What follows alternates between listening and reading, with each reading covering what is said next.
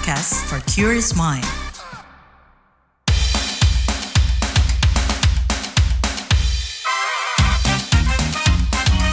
Kamu lagi dengerin podcast What's Trending. Halo semuanya, ketemu lagi di What's Trending, masih bareng saya, Lea Baneza. Prabowo nggak berniat persulit hidup rakyat. Itu yang bakal kita obrolin. Sudah hampir 2,5 bulan negara ini dipimpin Presiden Prabowo Subianto. Duetnya bareng Gibran Rakabuming Raka nggak pernah sepi kontroversi pas bertarung di Pilpres maupun ketika udah menang dan menjabat. Sejak 20 Oktober dilantik, berbagai kebijakan, sikap, dan pernyataan Prabowo Gibran maupun para pembantunya kerap mendapat kritik publik. Yang Lea anggap lumayan stabil lah ya protesnya itu soal PPN 12%. Nah, jelang pemberlakuan per 1 Januari 2025, gelombang protesnya ini tetap masif. Ada yang turun ke jalan, bikin petisi penolakan, maupun yang sekedar ngomel-ngomel di medsos. Banyak nih yang keberatan karena itu kayak kado pahit tahun baru gitu loh. Kenaikan PPN diyakini bakal mengerek harga-harga lain, gak cuma barang mewah. Artinya nih, masyarakat menengah ke bawah pasti ikut kena imbas. Padahal ekonomi lagi lesu, ancaman PHK juga masih membayangi. Nah, di sisi lain, pemerintah Prabowo justru terkesan memberi karpet merah pada pengemplang pajak dan koruptor. Misalnya muncul wacana tax amnesty atau pengampunan pajak. Ada juga gagasan koruptor bisa diampuni asal mengembalikan duit yang dicuri atau bayar denda damai. Nah, di tengah suasana resah ini kemarin nih sempat viral pernyataan Prabowo di perayaan Natal Nasional. Ngomongnya gini nih. Saya bersama pembantu-pembantu saya yang tergabung dalam pemerintahan Republik Indonesia sekarang, kami sungguh-sungguh bertekad untuk bekerja keras untuk melayani rakyat Indonesia. Kami tidak pernah merasa bahwa ada hari libur bagi kami, karena kami merasakan bahwa rakyat Indonesia harus mempunyai pemimpin-pemimpin yang bekerja keras, yang berpikir keras, yang ingin berbuat terbaik. Saya bertekad untuk memimpin suatu pemerintah yang bersih, pemerintah yang akan menjaga kepentingan rakyat Indonesia. Tidak ada niat sedikit pun untuk kami mempersulit kehidupan rakyat Indonesia. Prabowo bilang gak punya niat bikin sulit hidup rakyat. Cocok gak sih omongan itu sama kenyataannya? Yuk kita bahas lebih dalam, tapi Lea pengen dengerin dulu nih beberapa komen kamu sebagai warga plus 62.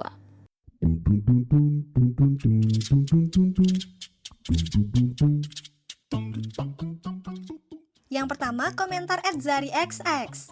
Tidak ada niat sedikit pun untuk kami mempersulit kehidupan rakyat Indonesia. Presiden Prabowo, Desember 2024. Lanjut @AsianaXX. Jangan naikin PPN kalau begitu, Pak. @Prabowo. @KopiXX. Tuh, wahai rakyat, harus bisa introspeksi diri. Pemerintah itu gak salah dan gak akan pernah salah. Kesulitan hidup itu bikinan kalian sendiri, bukan karena pemerintah. @Arjuna_XX. Tidak selalu niat sama dengan perbuatan. @BobbyRayXX. Melayani dengan kenaikan PPN 12%. @M_Rina XX. Bohong, Pak. Perkataan harusnya selaras dengan kebijakan. Buktinya enggak. @RonaldXX. Kalau dilihat sama gak sih kayak calo alternatif jalur puncak? Mereka juga melayani, tapi minta bayaran tinggi. @KemanaXX. Maksud, niat, dan keinginan tiada lain hanya tercermin dalam tindakan. Ketika tindakan tidak mengarah ke mempermudah hidup rakyat, tentu saja menjadikan itu hal yang sebaliknya. @ZulcaXX. Bahaya ini, Presiden tidak memiliki sense of crisis dari rakyatnya. Mengapa dia teken kenaikan PPN itu tanpa kajian lengkap? Apa tidak ada yang mengingatkan resikonya? Yang terakhir, komentar @FajriXX. Bapak ini kok cuman omon-omon doang. Buktikan secara nyata aja. Dalam kabinet dirinya saja begitu gemuk. Apalagi dengan penegakan hukum putusan koruptor begitu ringannya gak ada reaksi. Jangankan Bapak, menterinya saja bikin blunder. Terus bekerja keras yang mana? Omon-omon doang. Ah, sudahlah.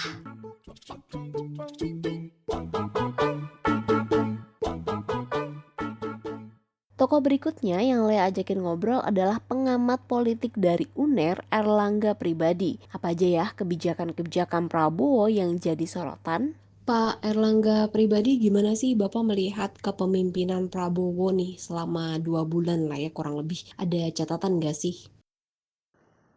Iya, kalau kita lihat catatannya itu kan bahwa Prabowo itu ingin merangkul ya dan membangun dukungan legitimasi dari bawah terkait dengan pemerintahannya yang ada sekarang gitu kan. Artinya kalau kita lihat polarisasi yang muncul pada era Pilpres 2024 dan juga kesangsian dari publik terhadap Prabowo, kalau kita lihat dari proses ke belakang itu kan yang membuat bahwa apa yang dilakukan oleh Prabowo itu beberapa statement dan rencana kebijakannya itu ingin membangun dukungan publik terhadap pemerintahan beliau ke depan gitu kan. Nah, cuman kalau kemudian kita lihat ada persoalan-persoalan yang masih membayangi kepemimpinan Pak Prabowo ke depan gitu kan, mulai dari bahwa era transisi menuju era Prabowo itu kan mengalami beberapa problem-problem ya, guncangan-guncangan politik terutama pada era akhir pemerintahan Jokowi,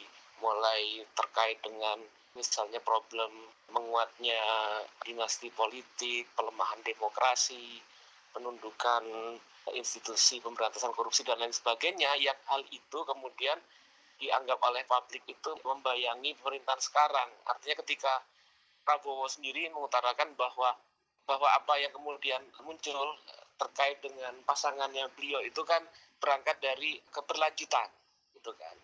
Nah, keberlanjutan itu kan sebetulnya dalam banyak hal bermasalah gitu kan. Nah, ini salah satu catatan yang saya pikir penting juga, bahwa proses keberlanjutan dari pemerintahan yang lalu Jokowi dalam beberapa hal itu masih menjadi liabilities, jadi beban dari Prabowo sekarang.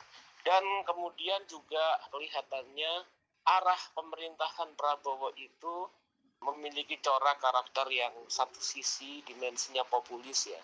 Artinya kemudian mencoba mengusung gagasan-gagasan yang sepertinya langsung dianggap pro rakyat, kayak misalnya makan siang gratis, terus kemudian juga beberapa isu-isu agenda-agenda perumahan gratis segala macam untuk warga miskin, dan terakhir statement tidak ingin memisahkan rakyat. Tapi di sisi yang lain juga formulasi arsitektur politik itu sepertinya Prabowo itu masih berangkat dari perspektif era Soeharto, era Orde Baru. Itu bisa kita lihat bahwa arahan dia misalnya cenderung untuk menghapus pilkada langsung menjadi pilkada dipilih oleh DPR kayak gitu. Itu kan berangkat dari upaya membangun tertib sosial, kondisi politik yang stabil serta dan efisien gitu kan. Tidak di dalam tanda petik disibukkan oleh kegaduhan politik. Nah, itu kan khas cara berpikir Soeharto. Nah, ini yang sepertinya akan menjadi catatan dari pemerintahan Prabowo saat ini dan juga mungkin ke depan. Ada nggak nih Pak yang jadi sorotan terkait kebijakan-kebijakan yang diambil oleh Prabowo? Iya, kalau misalnya secara spesifik ya, kita lihat misalnya PPN 12%. Itu kan misalnya argumen yang muncul itu kan mengikuti, misalnya itu adalah proses yang sudah berlangsung sejak era Jokowi kan, seperti itu. Nah, di sini kan kelihatan mengikuti era sebelumnya, tapi kemudian pertama yang kurang itu adalah pertama tidak adanya argumen yang kuat untuk mempertahankan PPN 12%, dan kedua juga kemudian misalnya kebijakan PPN 12% dalam dimensi yang lain itu juga menjadikan beban-beban krisis ekonomi itu dialihkan ke rakyat. Nah, sementara kemudian dalam kondisi seperti sekarang, rakyat sendiri sedang mengalami persoalan serius dalam konteks ketahanan dan kekuatan ekonomi mereka dan daya beli yang lemah. Nah, dalam konteks ini itu kemudian menjadi problem ke depan terkait dengan komitmen Pak Prabowo itu untuk memberikan kesejahteraan kepada rakyat gitu. Nah, terus kedua itu secara politik misalnya catatannya upaya dari Presiden Prabowo misalnya untuk mengubah pilkada itu dari langsung oleh rakyat itu ke dipilih oleh DPR. Nah, di sini kan kelihatan justru membatasi proses regenerasi politik dan mobilitas politik ke atas itu menjadi semakin sempit, melemahkan partisipasi rakyat dalam menentukan siapa pemimpin mereka. Dan dalam konteks ini, maka kemudian pemilihan kepemimpinan itu kemudian rentan semata-mata kemudian ditampilkan hanya dalam konteks proses-proses politik di antara kepentingan-kepentingan yang terbatas saja. Di sini saya pikir apabila itu terrealisasi, itu jadi salah satu lonceng pelemahan demokrasi kita gitu. Pak, ini kan Presiden Prabowo bilang nih, dia tuh nggak mau mempersulit kehidupan rakyat Indonesia nih, katanya sih gitu ya. Nah, ini gimana nih Pak, melihat pernyataan ini sejalan nggak sih kira-kira dengan kebijakan pemerintahannya yang diambil selama ini? Ya, itu memang intensi. Saya pikir bahwa memang Pak Prabowo memiliki niat seperti itu. Tapi kemudian juga bahwa realisasi kebijakannya itu juga belum tentu mengarah ke sana. Artinya misalnya yang tadi saya utarakan kebijakan terkait dengan PPN 12% itu kan justru kita mau tidak mau jujur melihat bahwa itu melemahkan daya beli rakyat gitu kan. Dan juga kemudian membuat beban-beban problem krisis itu dikembalikan kepada rakyat, bukan pada mereka yang lebih mampu, lebih berada gitu untuk menanggungnya. Dan tadi kedua terkait dengan bisa jadi mungkin maksudnya tidak membuat sulit kehidupan rakyat, tapi dalam konteks ini secara politik, apa yang menjadi kebijakan Pak Prabowo itu mungkin justru membatasi peluang dan ruang rakyat untuk terlibat dalam mengurus kehidupan mereka dalam konteks bernegara. Karena misalnya dengan membatasi pilihan rakyat untuk memilih pemimpin, justru kemudian yang terjadi adalah sentralisme politik dan membuat urusan-urusan rakyat itu kemudian hanya menjadi bagian dari urusan yang dilakukan oleh segelintir elit saja. Gitu. Nah, di sini saya pikir bahwa Pak Prabowo, Presiden Prabowo itu perlu membuka ruang yang lebih luas untuk berdialog, untuk bisa menghubungkan apa yang menjadi niat beliau untuk membuat kehidupan rakyat lebih baik dan bagaimana kemudian pandangan dari kalangan-kalangan intelektual, kalangan-kalangan yang memiliki concern, perhatian dan terlibat dalam kehidupan politik, sosial, ekonomi untuk bisa memberikan masukan yang lebih baik. Sehingga persepsi tentang kehidupan masyarakat yang lebih baik itu bukan hanya dalam konteks persepsi Pak Prabowo, tapi benar-benar menjadi bagian yang telah berproses dalam konteks proses deliberasi, proses diskusi dan dialog yang terbuka dengan kalangan warga, masyarakat, dan kalangan intelektual. Saya pikir itu sih harus dilakukan. Pak Erlangga tadi kan Bapak bilang kalau kebijakan yang menyengsarakan masyarakat itu membebani gitu ya masyarakat, salah satunya PPN 12%. Kira-kira selain itu ada lagi nggak sih Pak yang mungkin tidak pro terhadap masyarakat? Yang kelihatan itu terus apalagi tadi kan ruang partisipasi politik yang dibatasi ya terkait dengan penghapusan pilkada langsung. Juga kemudian misalnya proyek-proyek terkait perlu evaluasi yang lebih mendalam terkait dengan beberapa proyek-proyek strategis nasional. Jadi proyek strategis nasional itu kan sebagai konteks policy, kebijakan itu kan benar-benar untuk memberikan kebaikan kepada rakyat banyak atau berorientasi public good. Nah, apakah proyek-proyek tersebut, proyek strategis nasional di berbagai tempat itu untuk kebaikan bersama untuk rakyat, atau kemudian justru memfasilitasi kepentingan untuk mendapatkan kemakmuran dan aliansi perjumpaan antara penguasa-pengusaha dalam konteks oligarki, dalam konteks transaksi kepentingan, kemakmuran dan sumber daya negara. Nah, itu perlu yang menjadi bagian dari renungan dalam kepemimpinan sekarang gitu. Kalau melihat kebijakan PPN 12% nih Pak, ini kan banyak yang bersuara ya, petisi-petisi bermunculan. Gimana nih seharusnya tuntutan masyarakat ini disikapi oleh Presiden? Iya, pertama bahwa Presiden harus mempertimbangkan kembali tuntutan tersebut dan bukan berarti bahwa atas nama misalnya tekanan politik untuk melanjutkan apa yang sudah dilakukan pada era sebelumnya, bahwa itu harus dilakukan, tapi juga kemudian mempertimbangkan apa hal yang baik untuk kehidupan ekonomi rakyat. Membuat rakyat tidak sulit itu kan secara konkretnya kan membantu rakyat secara ekonomi untuk bisa memiliki ruang yang lebih baik untuk kehidupan mereka gitu kan. Nah, di sini kebijakan 12% PPN itu yang harus dipertimbangkan ulang. Karena di situ ketika kemudian kita menghadapi problem misalnya keterbatasan fiskal gitu kan, defisit fiskal, terus kemudian kita menghadapi kondisi krisis dan pengetatan anggaran dan bagaimana mendorong pemasukan dari anggaran dari APBN, maka kemudian ruang-ruang yang lain yang penting untuk dielaborasi. Dan beban itu bukan dikembalikan kepada rakyat. Jadi kan 12% PPN itu kan pada barang-barang konsumen itu kan yang mendapatkan beban berat itu kan rakyat. Tapi kemudian bagaimana formulasi-formulasi lain sehingga kemudian benar-benar menjadi lebih konkret ucapan Pak Prabowo untuk membuat kehidupan rakyat menjadi tidak lebih sulit, gitu kira-kira. Terima kasih Pak Erlangga Pribadi. Baik. Leani udah minta pandangan dua tokoh soal Prabowo yang katanya tuh nggak punya niat mempersulit hidup rakyat. Yang pertama, putri mendiang Presiden Gus Dur, Alisa Wahid yang juga tokoh Gerakan Nurani Bangsa. Presiden Prabowo itu kan bilang kalau dirinya ini dan menteri-menterinya itu bekerja keras gitu ya Mbak, tanpa kenal libur dan nggak ada niatan nih untuk menyengsarakan masyarakat pada saat perayaan Natal Nasional kemarin nih. Mungkin tanggapannya gimana nih Mbak? Sejalan nggak sih sama kebijakan yang diambil?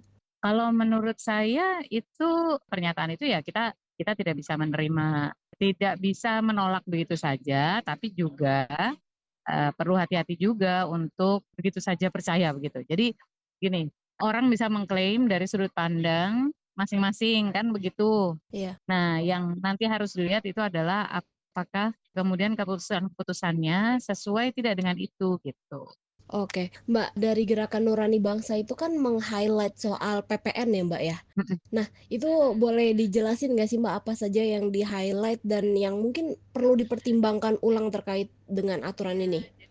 Iya, jadi begini, kita juga paham bahwa kenaikan PPN menjadi 12% itu dari 11% menjadi 12% itu memang amanat undang-undang. Itu hasil dari pembahasan kebijakan antara pemerintah zaman Presiden Pak Jokowi dengan DPR gitu. Jadi itu sudah disepakati pada tahun 2021 dan ada poin paling lambat tanggal 1 Januari 2025 itu sudah akan menjadi 12%. Kalau menurut kami, kebijakan itu sendiri kan kebijakan yang kalau memang sudah melalui pembahasan yang panjang ya sudahlah gitu ya. Bisa dipahami gitu kalau pemerintah harus mengambil posisi-posisi atau keputusan-keputusan yang memang itu tentu tidak membuat enak dalam jangka pendek gitu. Tetapi masalahnya keputusan itu sendiri kan harus kemudian dilihat konteksnya sekarang begitu. Apakah timingnya tepat atau tidak gitu. Dalam kondisi seperti sekarang, ketika itu dipaksakan untuk dilaksanakan, itu dampaknya justru akan banyak sekali. Itu yang menjadi poin dari Gerakan Nurani Bangsa. Jadi kita bisa memahami bahwa memang ada mandat undang-undang. Kita juga bisa memahami ketika Pak Prabowo misalnya mengatakan bahwa itu kebijakan dari pemerintahan sebelumnya begitu ya. Tetapi posisinya sekarang komando pemerintahan itu ada di tangan presiden. Maka presiden jugalah yang bisa kemudian mengambilkan keputusan apakah akan dibatalkan, apakah akan ditunda atau akan dilanjutkan. Itu sudah tidak bisa lagi menyalahkan orang lain gitu atau presiden sebelumnya atau apa begitu. Nah, sekarang kita bicara konteks saat ini. Konteks saat ini kita tahu daya beli masyarakat menurun. Kita tahu bahwa ini transisi kepemimpinan nih masih belum selesai ya. Masyarakat kan masih menunggu kinerja dari pemerintahan yang baru. Artinya belum ada saldo kepercayaan yang tinggi gitu di mata masyarakat gitu. Ancaman ekonomi ke depan yang tidak menentu itu juga masih sangat besar gitu. Walaupun kemarin kan kami juga bertemu dengan Menkeu, dengan Menteri Keuangan dan para pejabat Kementerian Keuangan ya. Kami ketemu dan kami mendapatkan informasi data-data tentang data-data ekonomi gitu ya. Tetapi tetap saja sentimen masyarakat yang ini terus datang kepada para sesepuh bangsa ini, karena beliau-beliau sebagian besar kan pemimpin agama, kelompok agama nih, gitu. Jadi kan umatnya juga mengeluh begitu. Hmm. Itu kita tidak bisa memungkiri bahwa ada kondisi di mana rakyat sedang tidak siap. Kita tahu kenaikannya mungkin hanya 1%, tetapi kan kita tahu efek snowball-nya, Mbak. Gitu, efek snowball-nya itu pasti nanti semua harga-harga ikut naik, begitu ya. Kemana-mana gitu ya Mbak? Iya, gitu.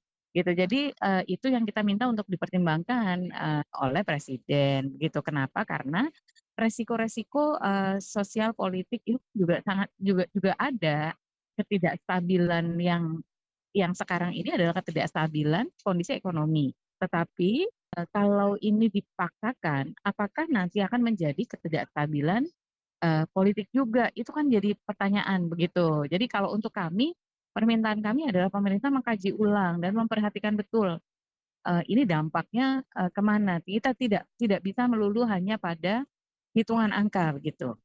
Nah, Mbak, mungkin tadi kan efek snowball-nya itu bakal kemana-mana ya, mungkin dari sisi ekonomi, kenaikan bahan kebutuhan, mungkin juga ada PHK dan lain sebagainya. Tapi konsekuensi selain ekonomi itu yang perlu diperhitungkan lagi sama pemerintah apa, Mbak? Yang paling penting sebetulnya adalah kepekaan pemerintah untuk mendengarkan suara rakyat, Mbak. Ketika ini tidak didengarkan, perasaan diabaikan, itu jadi akan menguat begitu. Coba ya tadi misalnya begini, Pak Lukman Hakim Saifuddin itu kan membuat posting di Instagramnya. Lalu ada tuh yang berkomentar bahwa Bapak terima kasih sudah menyuarakan perasaan kami jutaan rakyat miskin. Nah itu loh Mbak, gitu. Itu Sense of crisis-nya ya? betul, sense of crisis-nya menjadi sangat penting untuk diperhatikan. Artinya walaupun PPN itu dikenakan kepada produk-produk tertentu, tetapi snowball efeknya pasti besar. Begitu. Jadi kita juga tahu pengusaha-pengusaha sendiri kan, pengusaha terutama untuk consumer goods ya, itu kan memang juga dalam posisi sebetulnya tidak menunjukkan perkembangan yang baik karena daya beli masyarakat menurun loh gitu. Itu artinya ketika mereka kemudian terpaksa nanti menaikkan harga juga gitu, maka itu juga resiko kemudian bisnisnya juga semakin melemah karena daya beli masyarakat yang tinggi semakin membuat mereka nggak bisa beli gitu.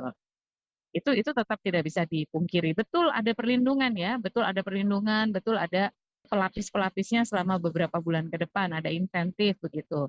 Tetapi juga misalnya gini, kenaikan PPN kan tidak berlaku kepada telur, daging, beras begitu. Tapi kan masyarakat sebagian juga belinya sudah tidak lagi di pasar gitu, tapi di gerai distribusi modern store gitu ya. Gitu. Jadi itu tetap harus dipertimbangkan. Tapi yang paling besar tuh yaitu ketidakpercayaan yang akan meningkat karena merasa tidak didengar suaranya, begitu. Lalu kemudian ya kita tidak tahu kalau masyarakat merasa diabaikan itu dan merasa kehidupannya dia semakin berat, itu kan juga bisa kemana-mana Mbak, gitu. Itu tetap ya akan akan berdampak pada dukungan masyarakat pada kebijakan presiden yang lain. Apalagi juga kan disoroti nih Mbak soal ini rencana kenaikan PPN-nya karena untuk mendapatkan tambahan anggaran. Sudah dihitung APBN-nya dan membutuhkan itu. Tapi pada saat yang sama Presiden Prabowo menambah jumlah kementerian. Yang itu berarti nambah jumlah eselon 1. Belum lagi inefisiensi birokrasi yang masyarakat umum itu paham gitu. Di media sosial banyak sekali orang sharing tentang perilaku birokrasi yang tidak efisien ini gitu. Tapi pada saat yang sama tidak ada penghematan dari sisi negara gitu loh Mbak. Itu kan oleh rakyat dirasakan sebagai sesuatu yang tidak adil. Nah Mbak, itu kan kalau dari pemerintah juga mengakui ya Mbak, kalau PPN naik 12% ini katanya untuk membiayai program-program unggulan dari Presiden Prabowo tuh Mbak. Nah ini gimana nih Mbak, kalau misalnya program ini tetap mau dijalankan tapi PPN-nya tuh tidak perlu naik gitu? Nah itu dia. Jadi kita menganggap bahwa inefisiensi birokrasi itu kalau dilakukan efisiensi pastinya bisa untuk menutup itu gitu Mbak. Gitu. Mestinya kebutuhan anggarannya didapatkan dari efisiensi birokrasi, bukan dari memajak rakyat. Itulah gampangannya. Gitu. Itu yang dirasakan oleh masyarakat ya, sentimennya. Walaupun kita tahu bahwa itu nggak segampang itu ngitungnya kalau dari sisi pemerintah. Tapi kalau kita bicara perasaan masyarakat, gitu, perasaan masyarakat yang ini membawa soal kepercayaan kepada pemerintah itu loh Mbak. Intinya soal kepercayaan kepada pemerintah. Dan mungkin mengingat juga ini ya Mbak, kan petisi-petisi penolakan PPN 12% juga sudah muncul dan masyarakat mengungkap penderitaannya sehingga jangan sampai 12% ini beneran naik gitu ya Mbak. Dan ini juga jatuhnya nggak selaras sama omongan Prabowo yang dia bilang nggak mau menyusahkan rakyat gitu ya. Iya, jadi kalau memang tidak mau menyusahkan rakyat, ya Pak Prabowo dengarkan dong suara rakyat gitu. Itu kan yang sekarang dibicarakan oleh rakyat gitu. Mbak, mungkin selain PPN 12%, ada nggak Mbak kebijakan-kebijakan lain yang dianggap kurang pro nih terhadap masyarakat? Ya jelas yang soal korupsi itu persoalan besar itu. Gagasan koruptor boleh membayar uang damai itu gitu. Gagasan itu sudah tidak sesuai dengan seruan beliau di awal-awal loh ya. Gitu, yang mengatakan bahwa akan mengejar koruptor sampai kemanapun gitu.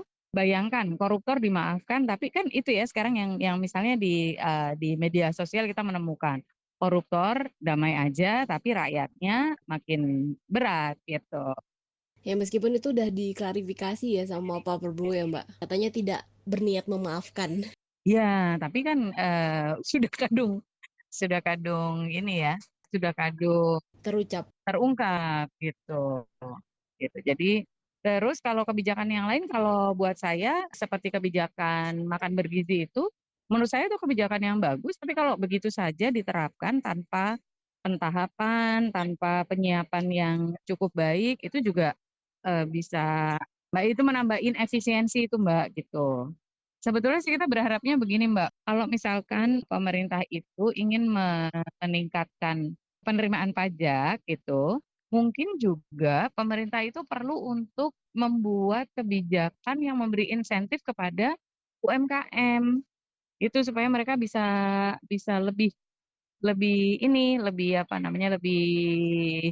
business wise itu lebih baik gitu meningkat gitu. Itu kan akan jauh lebih bagus, walaupun tentu memang jauh lebih mudah dengan menaikkan PPN 1% sih Mbak, itu karena naiknya hanya 1% tapi kena ke semua orang kan itu gitu. Jadi jauh lebih gampang gitu. Sementara kalau kerja misalnya untuk meningkatkan UMKM misalnya, itu kan kapan dikerjakannya, kapan hasilnya itu belum belum tentu selaras kan ya gitu, belum tentu cepat gitu.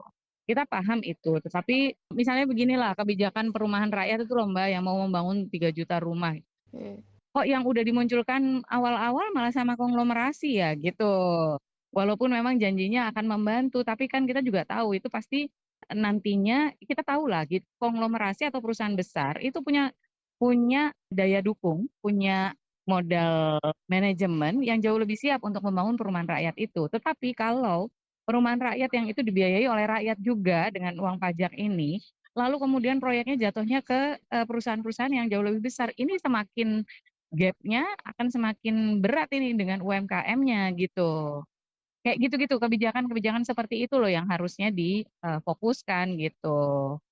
Oke, berarti aku tarik sedikit kesimpulan kalau memang Prabowo ini mau mengangkat beban masyarakat, pertama harus mendengarkan rakyat dan mungkin berhemat juga ya Mbak, dan jangan nyari jalan-jalan pintas untuk mendapatkan pemasukan negara gitu ya.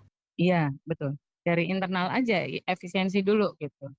Mbak, terima kasih banyak ya Mbak ya. Ya, oke Mbak. Ya, sama-sama Mbak.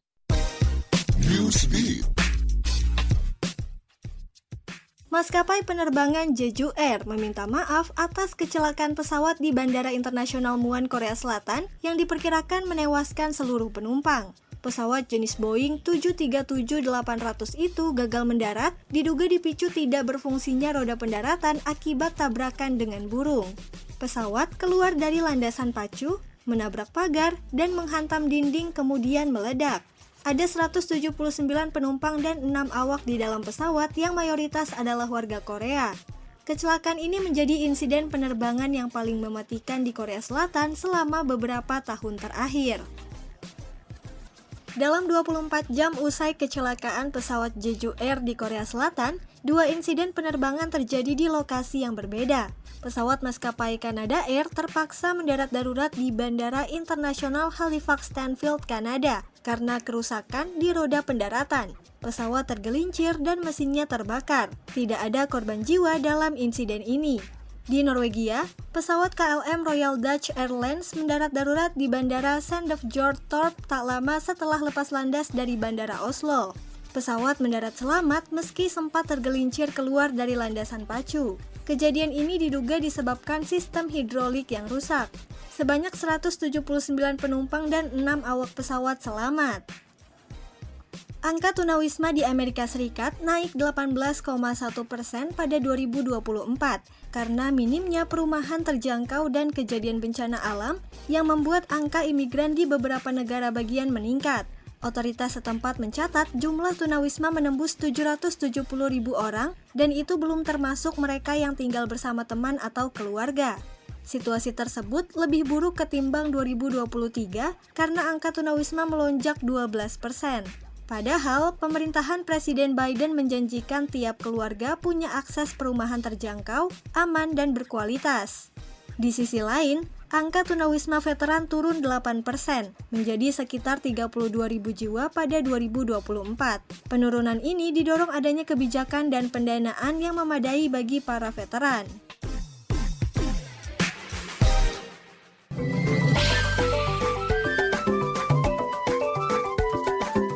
WhatsApp Indonesia.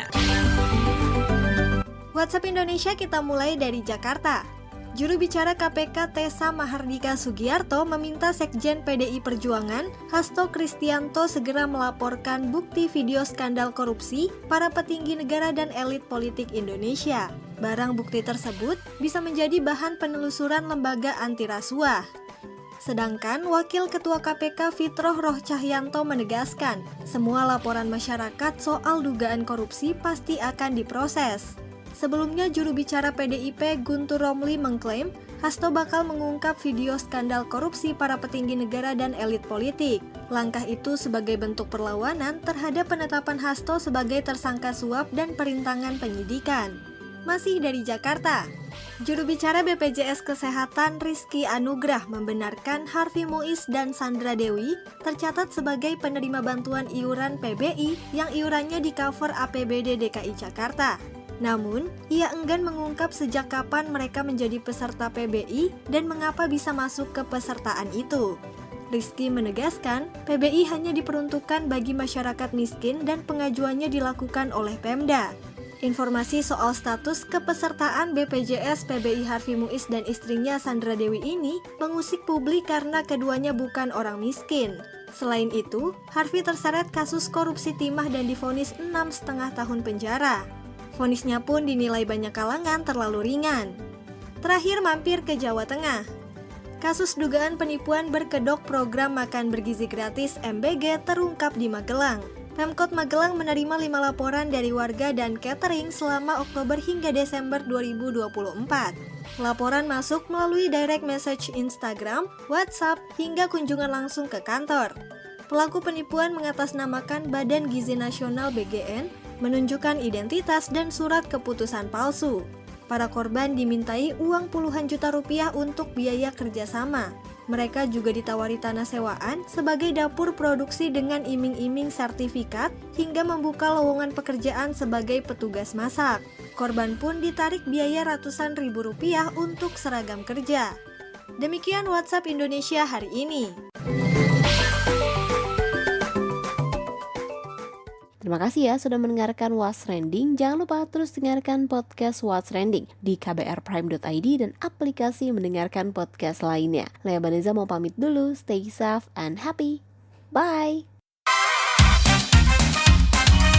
Kamu lagi dengerin podcast What's Trending.